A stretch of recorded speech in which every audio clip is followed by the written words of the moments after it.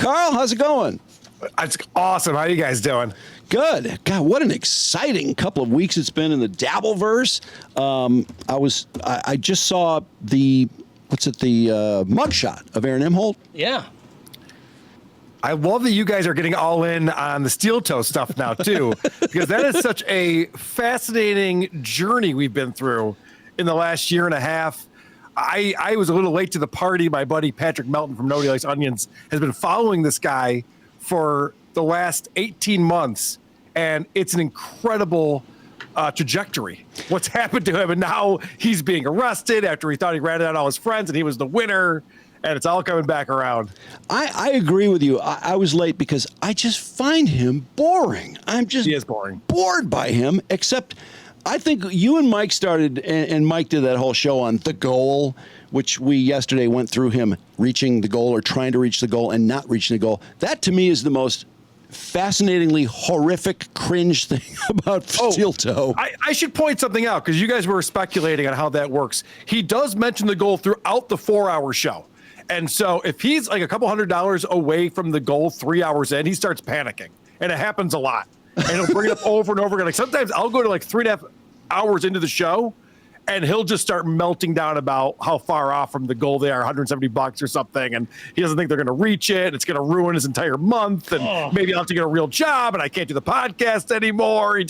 He's having like a mental crisis live on his show. Yeah, I was watching, you were running some clips, and he was saying that, if he didn't make the goal, it would ruin the month, and then it was suggesting that, if he could not meet the goal a lot, that he would never podcast again.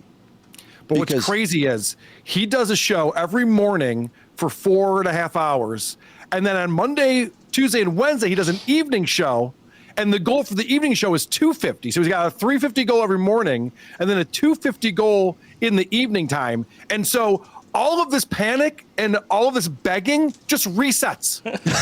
He just starts up again. He's just like, hey guys, we got to hit the goal. We got to hit the goal. It's like, it sounds so exhausting. He can't make it on Super Chats? Doesn't it remind you? No, people don't super chat him, so he has to beg for it. Doesn't it remind you of the South Park episode where Kyle gives the homeless guy $20? He's like, all right, here's $20. Are we good now? The guy's just like, you got another one? You got another 20? Change. Double enough. You can't satiate the goal. I just don't know. More. How can you do that over and over? I would just feel like such a loser. Oh, he has to feel like a loser because everyone's making fun of him now. So he's all self-conscious about it. I know this is the part you guys are going to make fun of me, but we're pretty far from the goal. So I got to start e-begging for this money. And he hates it because he mentioned he had court. This was for another thing they had court for a few weeks ago. And he was excited that he had the day off. He didn't have to do his show that morning. He had to go to court instead. Could you imagine you'd rather go to court than do your show? Yeah, and wasn't the fine was $135? He said, I would have spent that playing golf anyway. It's like, what kind of a win is that? Another win for the toe. Does he ever lose? So did you see what happened with the judge this morning? So $100,000 bond. And the attorney said, that seems like a lot. I mean, this is a guy, family guy, been living in Minnesota his whole life, owns a house, pays taxes. And the judge was like, yeah, but you actually have a history of lying and breaking the restraining order you have with your ex-wife, and we're concerned about you. So I think she lowered it to $75,000. $75,000 bond? Yeah. What? There's some really violent people that have much lower bonds than that. Especially in Minnesota. Are you kidding me? That's incredible. I mean, this is the only way I could have ever felt somewhat sympathetic for him because that's really crazy. But his mugshot, he looks kind of smart-assy in it, doesn't he? Why is he smiling? What's he doing? Put that picture up. He's like smug. Yeah, he's got his glasses on, but he wanted to make sure that he cracked the smile. What? Why is he? What would he possibly? Is this a win somehow? Yeah, he's going to say that he looks great. He's going to make T-shirts with his mugshot. He said that last time when he had his court appearance and he went on a show and he said, at least I look great, right? And he was talking about how good he looked in his suit. And then people quickly went through his socials and found that it's the only suit he has. Every time he goes out, he wears the same blue suit and brown pants. He does not look that good in a suit either. Oh, he thinks looks he does. like shit. Drew, the way this guy copes is he tells the narrative of the people who don't like him and explains what they're thinking and saying. So when he was showing photos of him in the suit, he's going, yeah, man, even the people who hate me are saying, God, he looks really good. He looks really good in that suit. Like, none of us are saying that, Aaron. None of us. Oh, my God. Yeah, it's really a sad story. He is really, really delusional. How is he going to come out of this? Oh, it's going to be a W, I have a feeling. I have a feeling he's going to get a W out of this somehow, Drew. Well, I think he's going to be really excited to get back on the air because he's going to get subscribers out of it, right? Well, the problem is he can't say anything about anything, and he's really bad at that. The reason why he was in court a couple of weeks ago is because there's a restraining order from his first ex-wife to stop talking about her. And so he had this brilliant idea. You're a radio guy. You'll understand how brilliant this is. He goes, you know what I'll do is I'll pretend I'm talking about someone else. Oh, that's hilarious. But I'll actually be talking about her. So he talked all sorts of mad trash about his ex-wife, but he kept saying, my cousin, my cousin, my cousin. It's like, no, we know what you're doing. You're not fooling anyone. Well, especially when he says what he's going to do. Right. That means he's talking about his wife. Yeah. Yeah. No, he's not that clever. And the guy did have a morning show on the radio. You would think that he would know these things a little bit better, but. Oh, boy. I wonder how April is doing now. Well, April was just in front of the judge. They were trying to get her possession of cocaine charge dismissed. And the judge said, nah, nope, no, we're going through with this. No, April all dressed up. That could be a W. Did she look good? She's pretty. She looked good. Okay. Yeah, April's pretty cute. What was she doing with him? That's the question. So she was a fan. She met him. What? She's like 8 years younger than him. And I think she was maybe even like in school age. And they went to the radio station for a field trip and she met him. And so like, she's a fan of Steel Toe morning show. Oh. And then I get that part. I nail fans all the time. So I understand. Smart. I love when people who have a show go, oh, I would never sleep with a fan. It's like, why not? That's the whole point of this. No, it's a lot easier. Yeah, of course. I want someone who admires my work. But it makes it a lot easier. For April to be into that guy as a fan, it just shows you what a small world we can live in at times. Well, the other thing that he did for her, she was working some shitty job at a factory or something that she hated, some dead-end job. And he's like, well, you know what? If you come with me, I can put you on the show. And then immediately puts her on his show and puts her out there for everyone. And then the whole internet started making fun of her nonstop, and she lost her mind. She developed a coke problem from it. What was the beatdown on April? Was it a 5-head? Was that it? Can we see April for her 5-head, please, Brandon? I can bring that was part of it. Yeah, Patrick Melton used to zoom in on that thing. Yeah, every episode. I saw Red Bar going after her 5-head too. And honestly, I mean, look at me. I'm not one to make fun of people for their appearances. I think she's a very attractive woman. No, she's cute. But there were other things about her where Aaron would talk her up like, we're the best team in broadcasting. No one's better than April at this. You're like, well, there's people who are better than April at this, Aaron. Look how skeevy he looks in that picture. Oh, God. That is not a win. Sorry. No. Sorry, Steel Toe. Oof, what a rough couple months. Ugh. Well, we have a new Stuttering John sounder. Do you have a couple clips we can play just to act like there's breaking Stuttering John news? I sent you a link, Mark. Yep. This is from today's show. So as you guys have reported, John quit the Dabbleverse. He's over it. He's done with that. And then he was just going to do his political show on Sundays. And then next thing you know, he's all the way back in the Dabbleverse. And today's show, again, all the way back in, just going after Shuley, going on Shuley's Anonymous and finding clips and playing them. But I thought you guys might enjoy this. Now, well, let's play the breaking news sounder just to try it out. Yeah.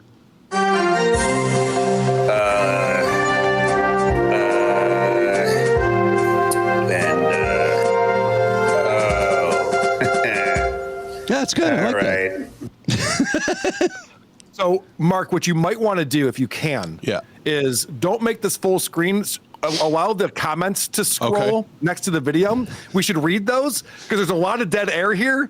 John's doing this thing where he's catching up on email and then he's trying to find a video. He doesn't know who sent it to him and he can't find it.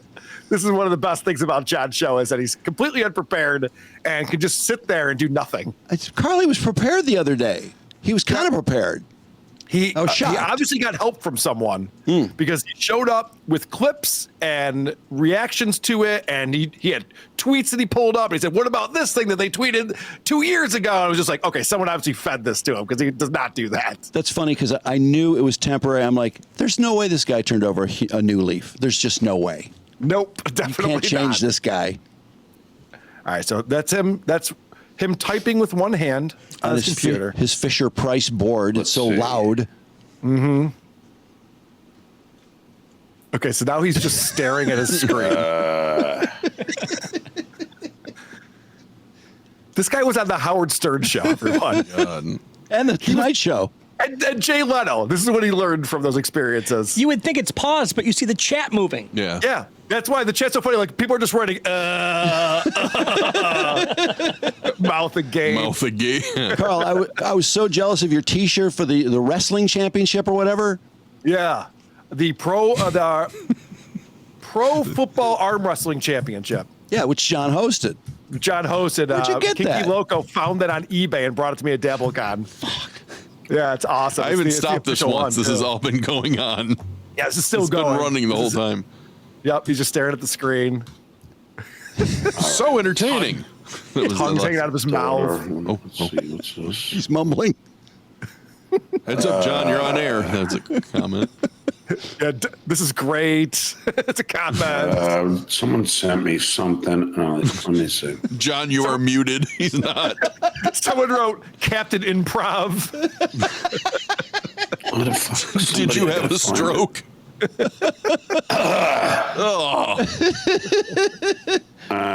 Who was it?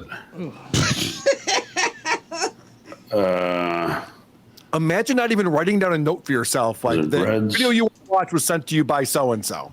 Or save it. Damn in a it. place so you can find it easily. I can't fucking find it now. Was it Clay Dabbler? No. How can you possibly be this Rob unprepared? Saul? No. Do you know how much panic I would have if this was my show? Oh, I'd be losing. I have nightmares about stuff like this. Me too. Yes, I'd be beat red if I was this guy. Dead air. Why Let's is see. It's This not is going one. great. That's a great comment. why is he so comfortable being this shitty? I don't get it. Jesus, know. I can't believe I can't find it now. Oh, we can believe it. Every other fucking day I find this thing in 2 seconds. Now I can't. No, you No, don't. no, I don't believe No. that. Wait, Johnson says, what a show. All right, fuck it. Hold on. He says he's going to abandon it, but he's not ready to do that just yet. I think you need a guest, John. This is going great. Budweiser. Someone sent Howard Stern sigh, and it's like Shuley totally robbed that from Howard too, but I can't fucking find it now. Well, you just told us. And I wanted to play it, but of course, you know, when I try and find it, I can't, What did he rob? because that's just how life is. If you're stuttering, John. Yeah, that's He's- okay. He's saying that Shuey's chai or size no similar guy? to Howard. Wait, say it again. I'm sorry. Sigh? Yeah, he's saying that Shuey's size is similar to Howard. That's what he has to he's- find right now. This is very important. Let me just check Patreon. Maybe it was on there. Yeah, let's check Patreon. I'm sure it's on Patreon. That's something you should have to look for. You just say it. This is amazing. It's a lot of time that went by. Yeah, he's still looking. He hasn't given up yet. Let's see. Dick, I haven't seen you around. 1 week ago was the last time. I can't find it. What the fuck? Anyway, let's see. Where's Army Major Richard Ojeda? Yeah, he's not on today. I watched unfortunately. He's on yesterday. Horrible. Oh my God, is it bad? Anyone who's voting for Trump, Richard Ojeda says, is a complete idiot, and he hates them. And John does too. Oh yeah, he really hates Donald Trump. They really understand politics really well. If you try to like ask them what maybe the counter argument would be for something they say, they totally know it inside and out. It's great. No, they're very objective, I got to say. No question. Very fair to both sides. Not emotional at all. This is still going I know. on. The chat is loving this. I haven't stopped it once. Yeah, they're typing tap, tap, tap. Is this a show? Why is his board so loud? All right. He needs to invest in a Oh, some of my clickless kids. keypad. Penis wrinkle. Okay, and then You lie on. You You had to read something from Penis Wrinkle. yeah. Oh, by the way, Penis Wrinkle was banned for a while, and now he's back, so that's good news. Clay Dabbler may be the worst co-host he's ever had. Yes, I agree with you. Clay can't shut up. He's not interesting. He just yells all the time. I played a clip on the most recent WATP where John's telling Clay not to talk. That's And he hilarious. has to keep reminding him, Clay, what did I say? Don't talk. Like, why is he a co-host then? Why is he on your show? He goes, I've got this prepared ahead of time. I know what I'm going to say. I just need you to be quiet for a minute so I can finish. And then he talks for like 3 minutes. there's a revolving door of John co-hosts that seem to last a couple months until they end up trolling him. Yeah, well, Rob Stahl hasn't been back on the show in a little while, and that's interesting only because John's really been going off on this Iso Doe thing, where, Iso Doe is convicted of a felony, and so John's going, I don't work with felons. Meanwhile, Rob Stahl has been convicted of felonies, so I wonder if John wants to distance himself from him now. Who is John's best co-host? Because I'm just trying to think of anyone that I think was even halfway good, and I can't. I'm struggling.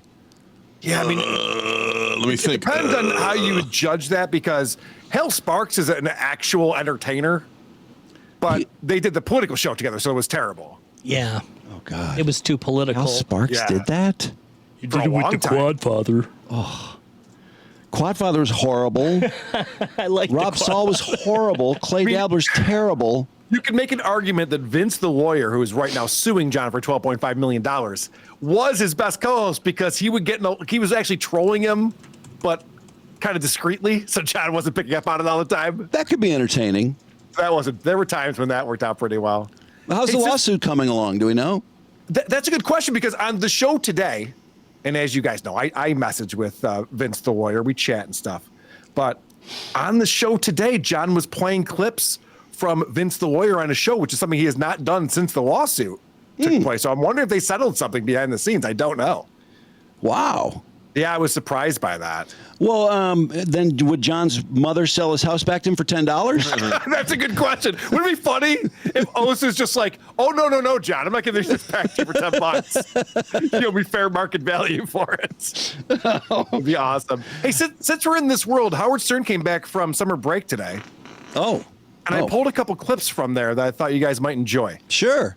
I'm actually going to do a full breakdown on WATP tomorrow with Adam Bush from Buffy the Vampire Slayer is coming cool. on WATP. And New we're member. do He's a new member of the Dabbleverse, isn't he? Kind of. huge Stern fan. He loves the Dabbleverse. He loves Stuttering John. He watches all these shows. So I thought it'd be good to all right, Howard's been off for a couple months. Let's see what he's got when he comes back. And one of the big things that happened over the summertime is Smartless. SiriusXM acquired Smartless. And as a result, Howard was a guest on there. They did a live show at Stephen Talkhouse. And there's like 60 people in the crowd that were at this live show. And you got to hear how out of touch him and Robin are. Wait, hold on. They only allowed 60 people. They could have had a venue with probably 5,000 people, which would have been really nice for him. Correct. 60? And they had A-list celebrities in the crowd, like Bradley Cooper was there and Jimmy Kimmel and all these people. But it was, it was an intimate setting for them. They're just recording an episode of Smartless with Howard as the guest. And listen to my clip HS2 here, Mark. Listen to how out of touch Robin and Howard are about podcasts. I didn't know there was an audience. These guys had me on their podcast, and they go, oh, there's an audience. And I go, why would you have an audience at a radio show? I mean, doesn't it kind of break the intimacy? Howard, this is a Mark. podcast is supposed to be in somebody's living room or their spare in my bedroom. mind. It's not supposed to have an audience. What? Yeah, They just paid them $100 million. Yeah, Don't think they have done a little research on this to find out that they have probably more people listening to Smartless than listening to SiriusXM Howard Stern show? Well, he means a live audience, like while they're doing the show. Podcasts go out all the time. Oh, I know. Carl goes out. I sold the Magic Bag has 10 tickets left. By the way, radio shows go out all the time and do live broadcasts. They do. Well, but, and that's one of the things, like with the remotes and stuff like that, are very different than these shows where they're selling out theaters. Yeah. And people are coming to watch the live podcast. And Robin doesn't know that this world exists because she's so out of it. Of course, Howard is the same way. He's always said, I would never do a podcast. We'll get into that in a second. But first, my clip 3 here, I've actually never heard this happen before on Howard's show on Sirius XM or whatever satellite show he's been on. Someone said something they were not supposed to. This is awkward. Well, what happened was, all right. Anyway, I hit the dump button. Whoa. Wow, what were they talking about before? Here it is again. Well, what happened was, all right. Anyway, I hit the dump button. That seems more than 3 seconds. I mean, that seems like a pretty big dump, whatever they cut out. Yeah, it could have been Robin chiming in with something. It could have been Howard slipped up and said something because, like I said, there's a lot of celebrities at this show. And so maybe Howard told a tale out of school. I don't know. That was weird. That's interesting. Yeah, it's not like him. It's very unprofessional of him to do that. Yeah, I mean, rarely does anyone dump themselves or their own show unless somebody swears. That's it. Yeah, but they swear. They swear all the time. It's Sirius XM. Yeah. Right. All right. So, as you guys know, Howard's not doing podcasts. It's crazy he'd be a guest on. He's always talking about how podcasts aren't real, they're not real radio people, and all this stuff. And so he tells a story in my next clip here about who had to convince him to do the Smartless podcast. Oh, boy. I don't know. I'm sitting at home really happy that I have, a summer break. And I was like, oh, this is so fucking awesome. I don't think in my entire working life I've ever experienced such joy. And so I get the call. First, I got a call from Jimmy Kimmel telling me, you're friends with Jason Bateman and Will Arnett. Kimball. Those guys want you on the podcast. Why aren't you going on? I go, Jimmy, I don't do any podcasts. He goes, you should really change your mind about that. These guys want you on their podcast. I go, yeah, no offense. But I really don't want to do a podcast. I like those guys. Don't get me wrong. And, everyone listens to their podcast. I go, okay, but, I still don't want to be on a podcast. My God. What? You're just stubborn? What, does he not realize that Jason Bateman is a bigger star than Howard Stern and that Will Arnett and what's his name, Hayes are on there? That's pretty big. I mean, would those guys do something that had no audience?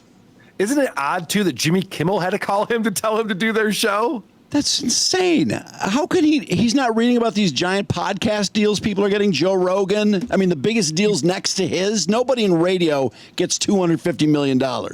Yeah, well, Gary brings up the Kelsey brothers because he didn't know about that. And then they talk about Alex Cooper. So Jimmy has to explain to him, like, no, you don't understand. Like, Sirius XM is acquiring them for $100 million. Like, you really should do their show. It'd be a nice cross promotion because I guess Howard's so out of it that he didn't know that was going on. Also, later on in the show, and we'll get to this tomorrow, he's lamenting about how game shows used to always be hosted by ex-radio guys. He's like, they used to tap radio guys, and now they just bring on celebrities. What does he want? He wants a game show? Is that what he's trying to get at? He's always wanted to host a game show. Oh, really? Me too, by the way. Yes, be a great gig. It is a good gig, yeah. I couldn't believe how long when it'd be announced that somebody had a new podcast, you go, how do you make money on a podcast? It's like there were tons of people making money on podcasts when he was saying that. I mean, that was so ridiculous. Why is he so jealous of podcasting? Well, we're going to get into that in a second, but first I have a clip that I think Brandon is going to enjoy quite a bit because all of a sudden Howard announced he's going to be on Smartless. Of course, all the big podcasters are going to reach out to him and say, why don't you come on my podcast, Howard, if you're going to do Here comes Dax. Smartless. What's his name asked me to be on his podcast right after these guys did. And he supposedly got a real popular podcast. Supposedly. What's his name? Dax Shepard. Yeah, and he has a popular podcast. And I was like, and I had to tell Dax no. And I know Dax. I've known him for years. Oh, jeez. He's done your show a billion times. Why can't you do his podcast once? Well, I think that actually is the good move on Howard's part. I agree. Yeah. Well, yeah. Although, actually, they'd be peas in a pod now.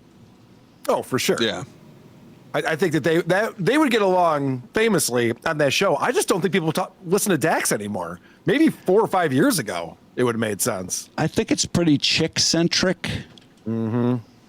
Yeah, sure. I know. That's really weird. I mean, so I have one more clip on here, and this is just Jimmy explaining that SiriusXM has a connection with Smartless, and this is the thing that drives Howard crazy. And Drew, I think you'll be able to relate to this to some degree.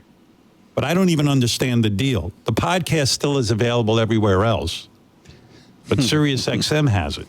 So I said, well, if you can get it everywhere else, then how is that exclusive? I started I was like, well, I don't understand. You're trying to analyze the deal. Yeah, I mean, it was a lot of money. They had something like $100 million mentioned in the paper, and then people were like, no. They just get part of the advertising. They can make that kind of money if they sell. I go, so is it $100 million or not? Those guys, which gets me crazy because I spent that entire career in radio for nothing. I should have just been broadcasting out of my house all this time. Well, it didn't exist back then, whatever. He hates it so much. Oh, this really is eating him alive. I get it, but also he can't be too upset. He's making more money than anyone. I know, but Carl, they didn't pay their dues in Connecticut like he did. That's why he hates Joe Rogan. That's why he hates all these people, because they weren't in small markets and worked their way up. Yeah, but they did start with small audiences, and they built them up and built them up. I mean, some of them did not. Some of them were just stars right away. But the fact is, you could have put a lot of stars on radio, and they would have built an audience very easily. Right, and I would argue that it's more difficult to build an audience from scratch than it is if you have an FM frequency, because people are going to be tuned into it. You're going to have an audience day one. Yeah, you will have an accidental audience, people that will just be part of the station or the format or the music or what have you. So, yeah, it's a lot harder to build a podcast from scratch. Absolutely. Congratulations, Carl. I'm not complaining about it, that's for sure. It's fantastic. I wouldn't have gotten hired at a radio station. So he's really pissed, isn't he? Yes, he is. That's why it's so funny that he did a podcast. And I love that they talked about it at some length. So we'll get into that on WATP with Adam Bush tomorrow. I think it's funny, too, that he also wants to kind of point out that I think Sirius got a pretty shitty deal here. They did. Sirius is making very bad decisions. I don't know how much longer they're going to be a company. It doesn't make their business model doesn't make any sense to me. But I think that's Howard's way of also taking a shot at the podcast. Like, hey, give him $100 million. It's not exclusive. It's a pretty shitty deal. Why they pay him all that money? Yeah, well, Howard obviously is not following where Spotify was making exclusive deals, and then all of a sudden the hundreds of millions of views on YouTube that Joe Rogan was getting every month dried up and went away. And it's like, well, that's not a good idea to just take these guys off of the most popular platforms. That's how people enjoy this type of entertainment.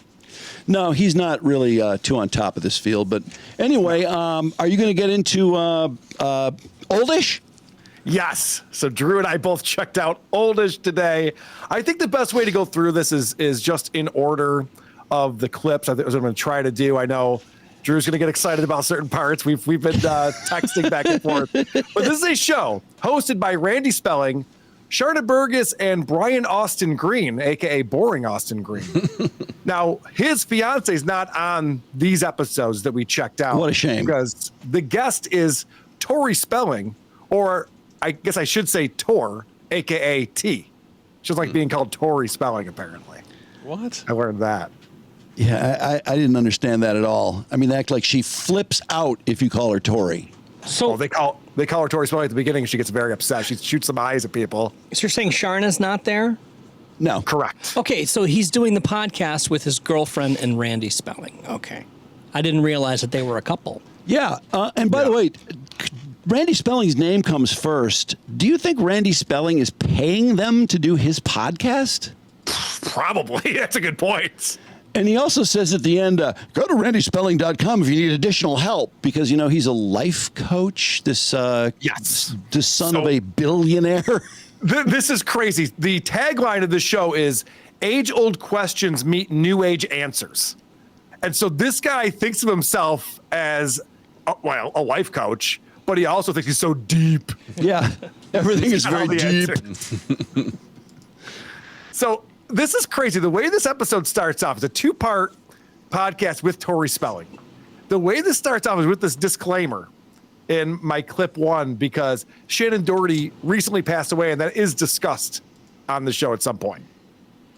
Hi, everybody. Brian here. So the episode that you're about to either listen to or watch is with Tori Spelling. And it was an incredible conversation. Tor. And we ended up turning it into a two-parter. But we here at Oldish decided that the part that we had recorded for our after the show bonus material, we spoke about Shannon Doherty. And we heavy. felt that people who are fans of the show, fans of Shannon, Come on, Brian. You can do it. fans of 90210 in general, Yep, we got it. deserve to be able to watch Charmed? and listen to this. So we Is there a party decided to going make it on? available Yes. His fucking everyone brats. to watch and view. I think it's important. Can you string more than 5 words together without a pause? He put that together with as much energy as he does his cameos. Exactly. He's very low energy. Hey, everybody. Yeah, speaking of the kids running around, so Sharna, I believe they have a kid together. Yeah, they do. That's right. Yeah. And he's got a few got- with Megan Fox. But does he have kids from his first relationship too? I think he has Or no? one. Yeah, I think he has one. Jesus Christ. I know. Okay.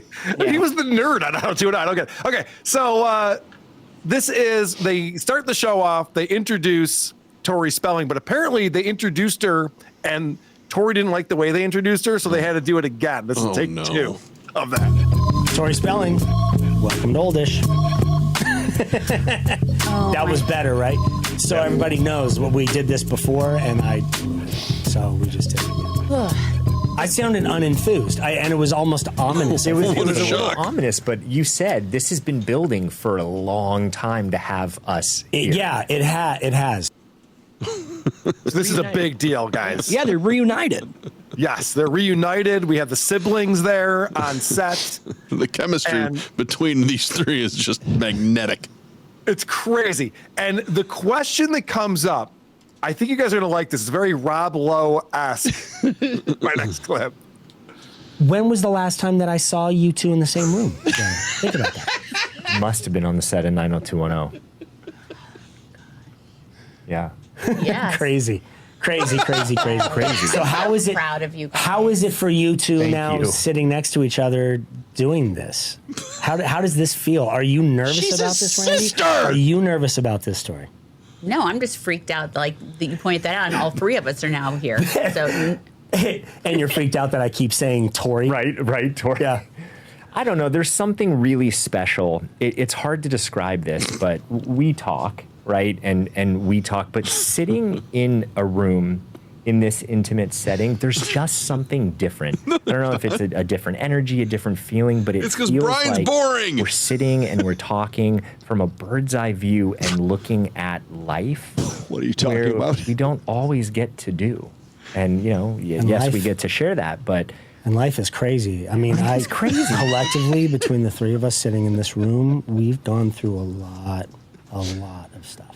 A lot of living. Oh my God. They think this is the Yalta conference or something. It's historic. This isn't that heavy, man. Relax. My God. Boy, Randy can spew some bullshit. Yeah, he's a can't he? life coach. Yeah. And how is it a bird's eye view on their lives? It doesn't mean anything. They're just nonsensical words. Right. They're just not that important. They act like this is, oh my God, the three of us together. This is incredible. The lives we've lived. Holy shit. Is that the ridiculous question that Brian would say, when's the last time I saw you two together? But I don't not know. to be outdone, Randy asks a equally ridiculous question. So I have a question for you, Brian. What is it like for you having a relationship with both of us now? Not me just being the younger brother and having had a relationship with Tori for 30 years? Something like that. 36 years. You don't need to really call us out. No, sorry. Well, I mean, it is Whatever. oldish. So what is it like knowing both of us? What an insane question that is. That is so stupid. So then he goes on to explain, there's probably similarities and differences between the two of us, even though we're siblings. And Brian's like, yeah. Yeah, because you're people. Yeah. So they go on to explain, like, so why is it that you guys are so different? And this is a fascinating question. It's a really fascinating question and answer, because even in coaching people and hearing about siblings, people experience things very differently, even though they grew up in the same exact household, had the same parents. Wow. You don't say. No kidding. Pretty interesting. So deep. Yeah, so people are different. Okay. He's a life coach, so he would know that sometimes siblings can be different. You guys have met my brother, right? Have you ever noticed any differences between the two of us? But we're mere mortals. We don't always notice these things. He's a life coach. He's a life coach. He would know better. Now, I am a big free speech guy. I don't think that we should be regulating what they call hate speech, but I'm going to make an exception today. I think we need to start regulating on podcast ball washing. This is over the top ball washing right here. One of the things that I've always known is that you are genuinely one of the sweetest people I've ever met. Okay, let's relax there. It's Tori Spelling. Why didn't you talk to her for 18 years then? Exactly. Yeah. Right, they didn't talk for 18 years. We'll get into that because it's not a good explanation. Spoiler. No, it's not. That's crazy. It's pretty funny. But I know that you picked up on this one, Drew. My clip 7 here. They're talking about how crazy it was to be celebrities when they were younger people, and the paparazzi and some of the stuff they got away with. They got one shot of us with Mark Wahlberg like flipping off the camera, and that's lived for like 35 years. Now it's like when I pick up my phone and there's just tons and tons and tons of pictures. Yeah. Meanwhile, I think at that moment we were like, oh, we're so high up. It's, dark glass. We thought we were being so funny smart for the 4 of us. We were like, oh, it's I remember that. Let's flip them off. They'll never see it. This is so funny. Like, we thought we were so cool. And we're like flipping them off, and it was like clear as day. Yeah. This picture of us like flipping them off. It was so ridiculous. We got away with so much stuff. Wow. So boring. Great story. They flipped off the media. Ooh. It was more interesting when Luke had the drinking problem on 90210 because he enjoyed 2 beers after school. Oh, by far. That was way more interesting than flicking off a cameraman. Or Tori's 310 SAT. Right. Or was it 320? I don't remember. Can't believe you remember. Guys, I know that you're all big 90210 fans. And I was as well, but I don't know that it's as crazy as they're saying that it was. And in my next clip, this is one of those, you couldn't even do this today. Oh, you can't even pull this off. God, because it was the 90s. Like, things didn't exist the way they do now. I always say that our show never, I honestly do not believe that our show would have ran or survived or anything if it was on at this point in time. Like, our show worked because you couldn't fact check it. There was no internet. There was no. So we just took whatever, artistic, creative licensing we wanted to on making up schools and making up neighborhoods and making up things. Like, we could say whatever we wanted to. And fiction. Nobody knew. They'd come to Beverly Hills and be like, oh my God, I hope to see these things. Didn't they reboot the show too? So did they try to do it again? They did. Mm-hmm. It just failed because nobody cared. He made it sound like they were throwing the N-word around or something.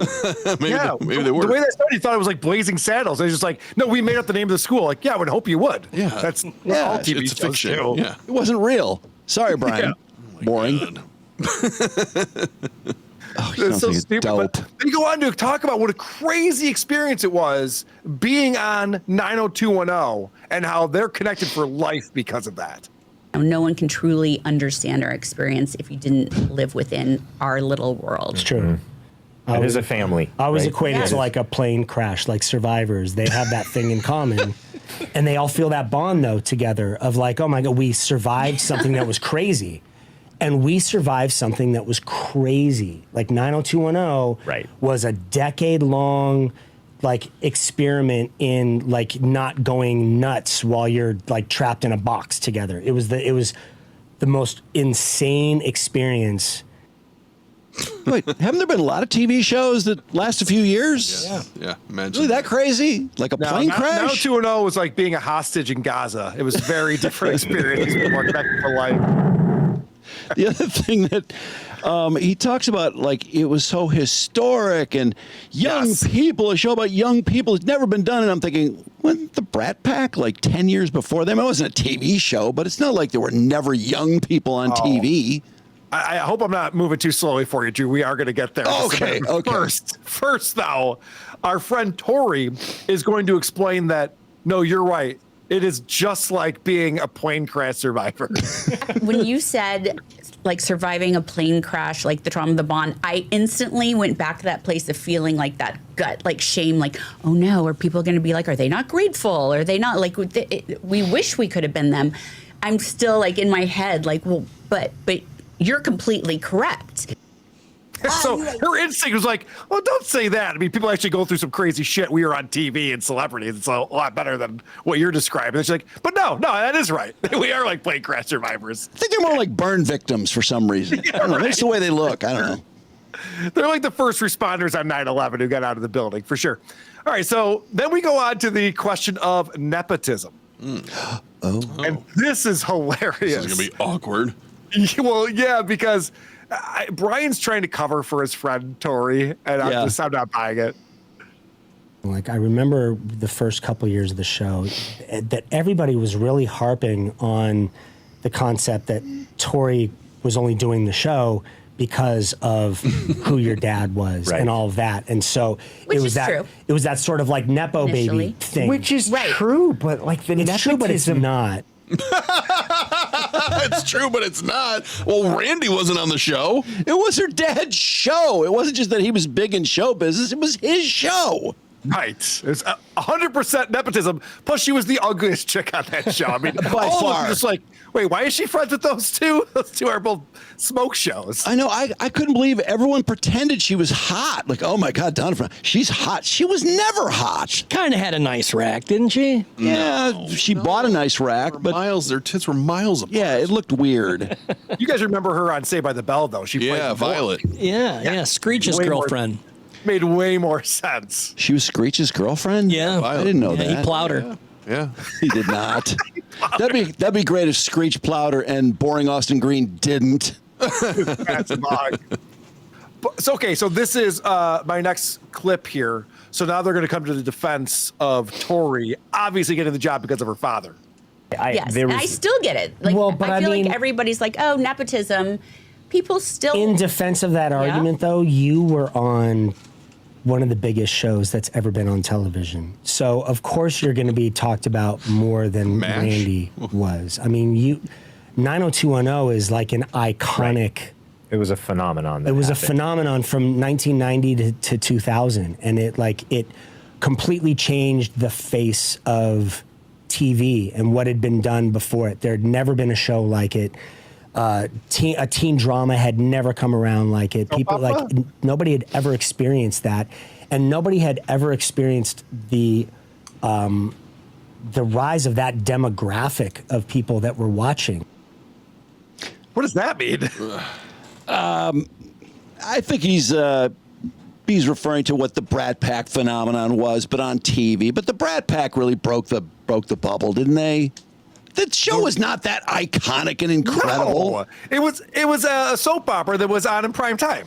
That's all it was. He makes it sound like it was The Sopranos or something. Right. But he says no one ever experienced the rise of a demographic like that. People use the word demographic. I don't think anyone knows what demographic means. The show wasn't that high rated. It was on Fox or was it on? It was on Fox. It was on Fox. It wasn't that high rated a show. It did okay. It did well enough to stay on.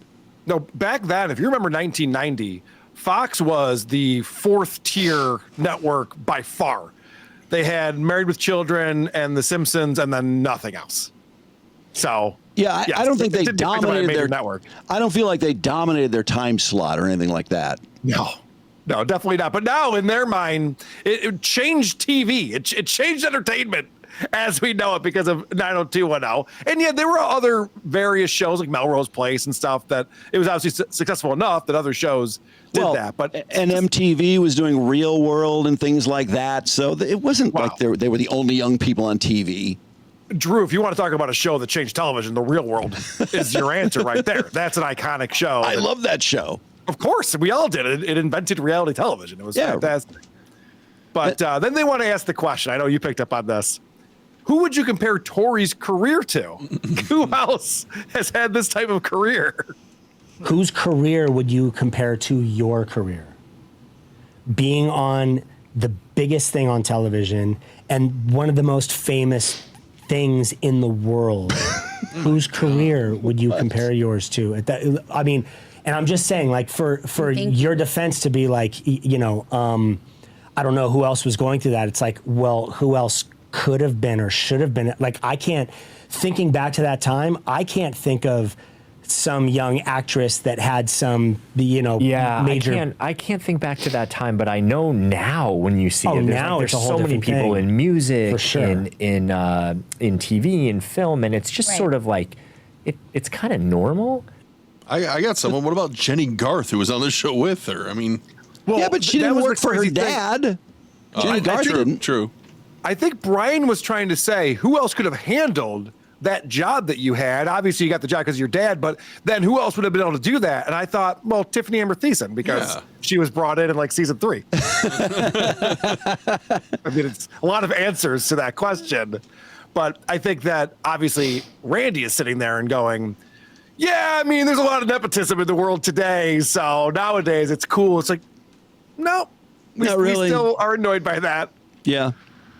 And he did have a few lines on 90210 by the way. Randy did? Randy did. I did not know that. Yeah, he was very nervous about it, as we found out in the podcast. Was he going to be fired?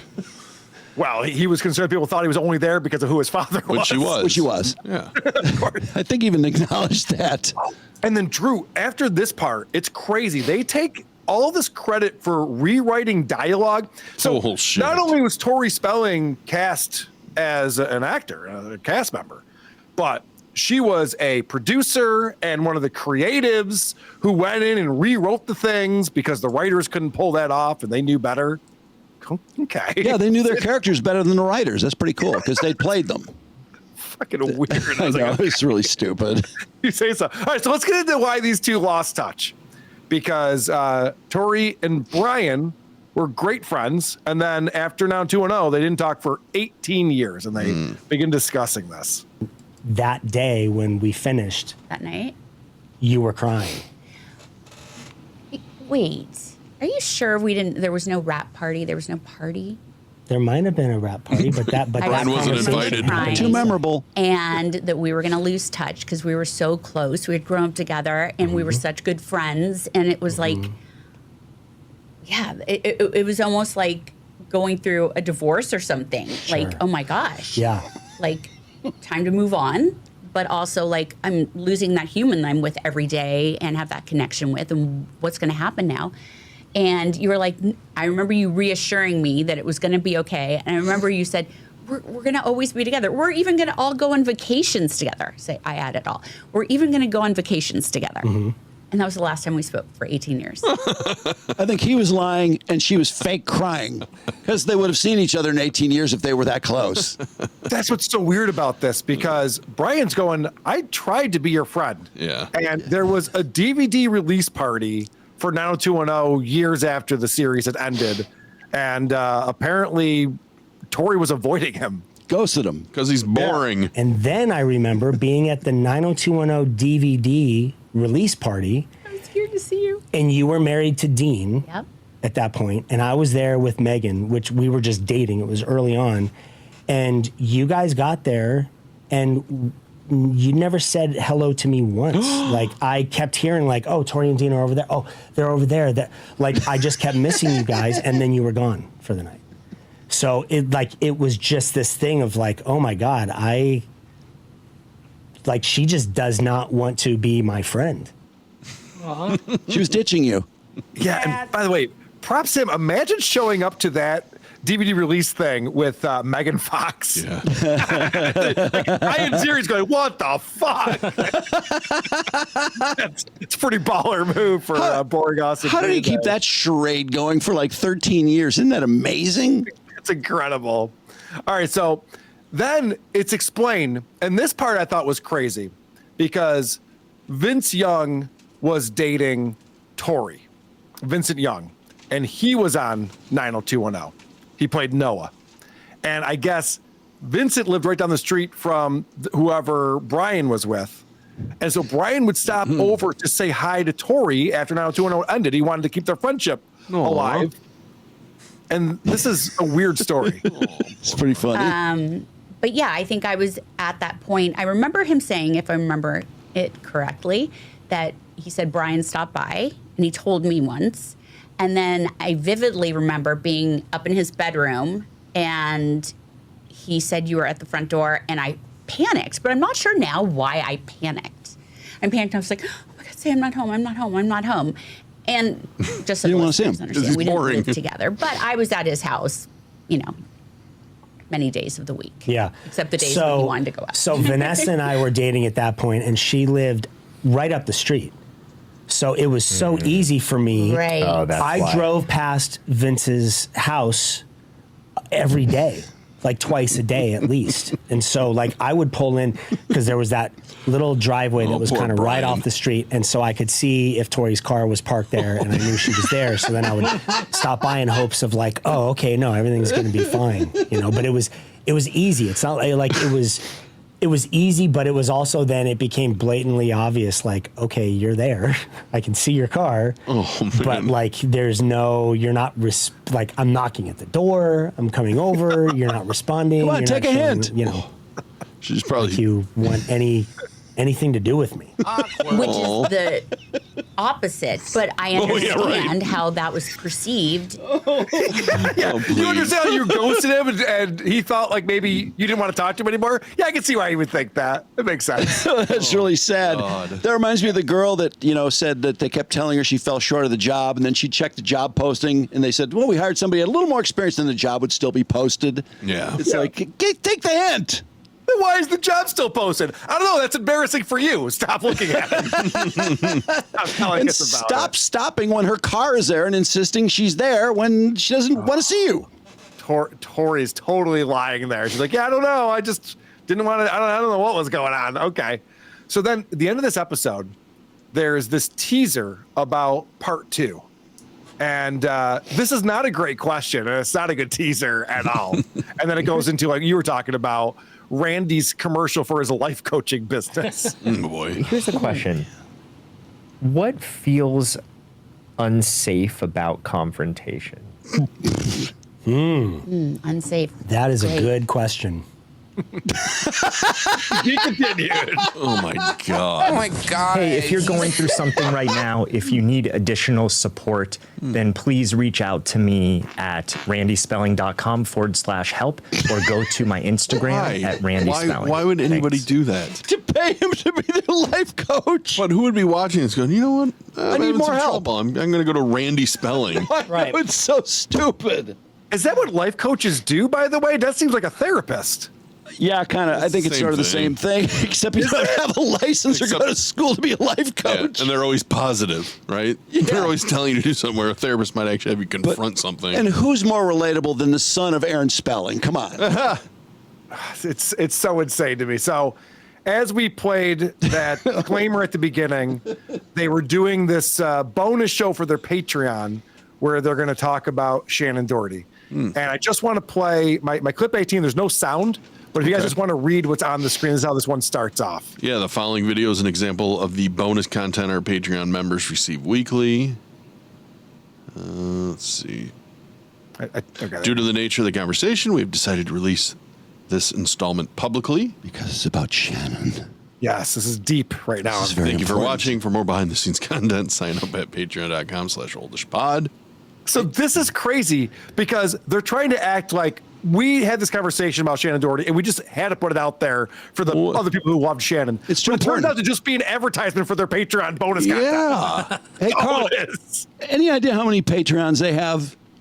I looked on their page and they don't show how many they have. Okay, so probably not many. They have like 5,000 subscribers on their YouTube page.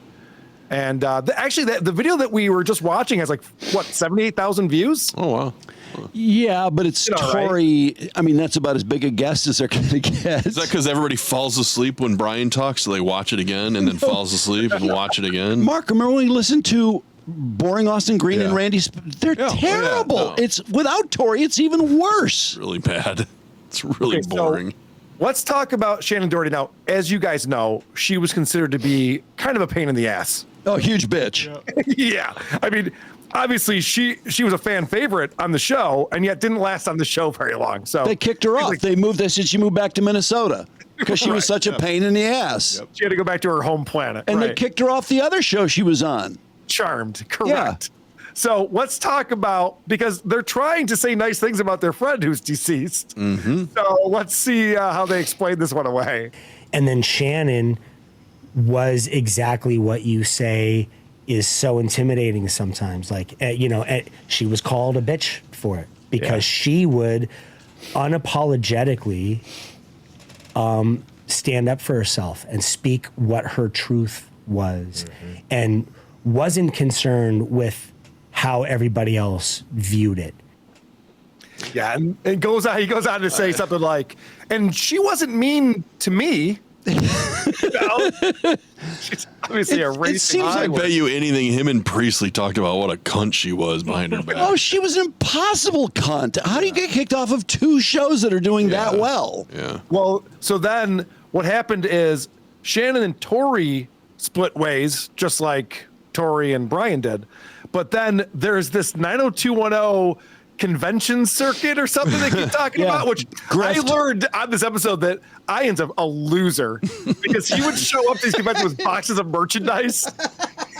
He'd be like signing 8x10s and stuff. I know. Really Boring Austin Green's like, what's all that shit? Holy, oh, come on, man, get with it. You got to sell merch. You didn't bring keychains? What are you doing, Brian? We are so embarrassed for you.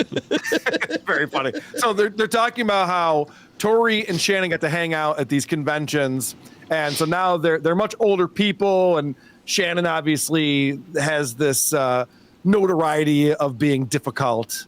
And let's see if anything changed.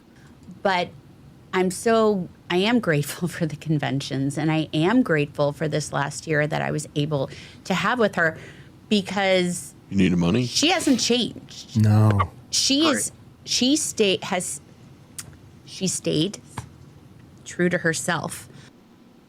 Okay. A total bitch. She's dead. When she said that, we finally had to have the conversation, I was like, well, that's the definitive bitch. Then you had to have a conversation to sort of even be able to converse? Yes. And so clip 21, here's more on their reconnecting.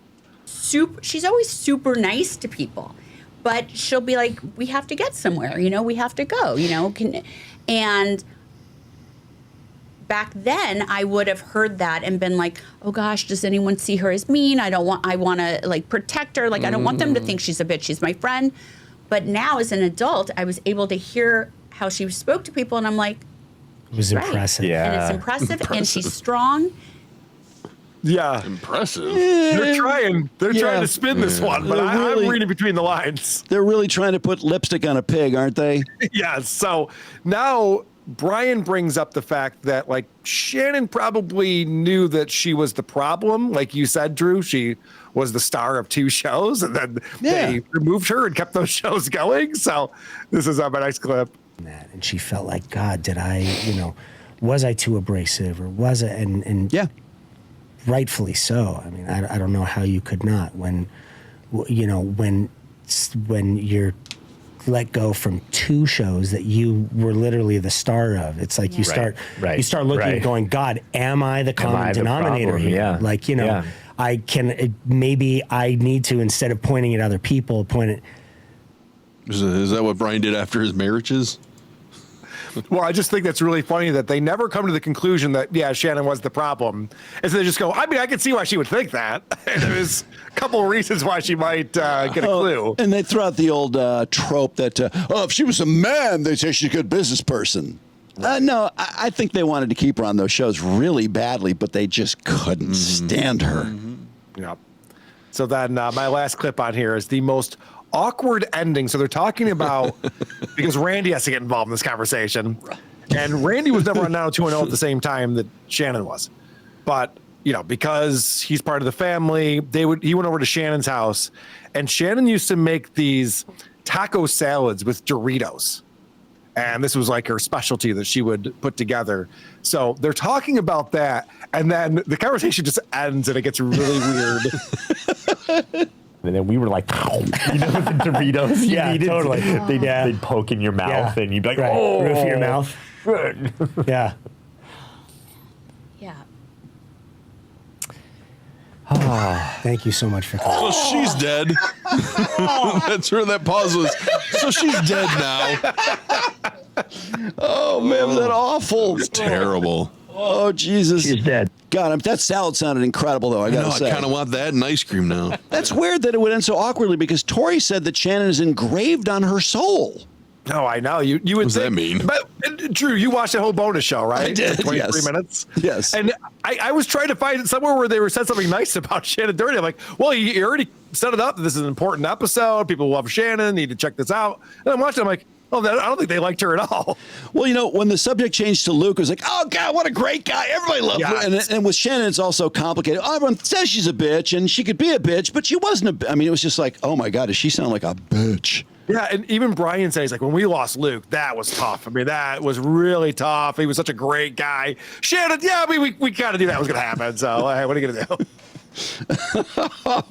Oh my God, that show is so bad. And they think they're so deep on everything too. Because I've listened to other episodes, and by the way, that ending reminds me. I was reading reviews of Tori Spelling's podcast, and people were complaining that you don't know when the show's over because it ends like mid-thought or something. She doesn't know how to end a show. It's terrible. It's stupid.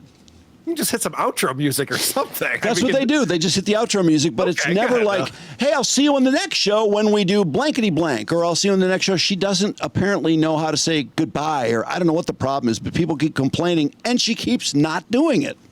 Okay, bye. There you go. Right there. They could use that. That's how you do it. or my favorite, this is Patton Oswalt with his wife. That was a great episode. That was really great. It's a good way to end the show. Oh, Wait, was that them on their podcast? Yes, that was them on their podcast. Or you can always do the Opie goodbye. I gotta go. Goodbye. Goodbye. Apparently, a lot of people are bad at ending podcasts. It turns out. Yeah, I guess it's trickier than I thought. Wow. Well, that was great. So, Carl, 10 tickets are left for Detroit. Oh, yeah. It's over, Johnny. If you don't have your tickets, we're not going to see you at the Magic Bag October 25th. So get on it because those are going to fly out, and I'm really looking forward to being there. I got my Airbnb yesterday. Oh, where are you staying? Yeah, what area? Somewhere between Ferndale and Royal Oak. What would that be? Pleasant Ridge? Yes, Pleasant Ridge. Yeah. Oh, sweet. Oh, that's right that's the high income district. Fancy pants. It's a nice house. Well, I only asked because last time I swear you guys stayed at like Sterling Heights. I'm like, that's like hours away.